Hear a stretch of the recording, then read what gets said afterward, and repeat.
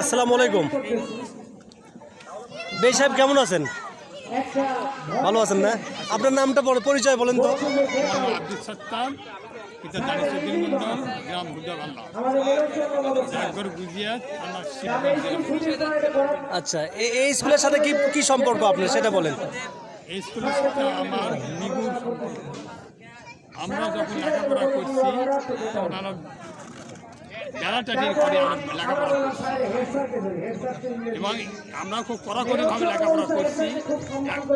আমরা পরীক্ষা দিছি বগুড়া পুরাতন ভবনে। আমরা কড়াকড়িভাবে পরীক্ষা দিছি। পরীক্ষা লাস্টের দিনে ইসলামী পরীক্ষা ছিল। সেই পরীক্ষার দিনে একটা ছেলে উন্নয় থানার একটু নকল করছিল, কিন্তু তার ছাড় দেয়নি, তাকে এক্সপেল করা হয়েছে। আমরা হল শুদ্ধ আমরা অনুরোধ করছিলাম, কিন্তু মানেনি।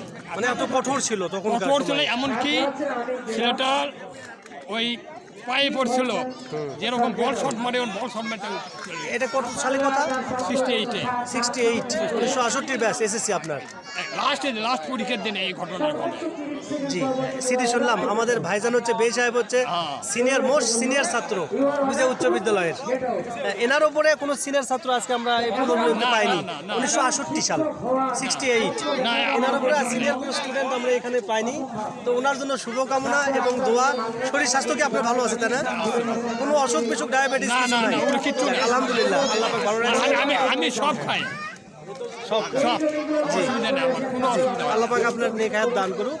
দোয়া করি, আপনি দোয়া করবেন আমাদের সবার জন্য। আমি দোয়া করি আপনারা দীর্ঘজীবী হন। জি জি।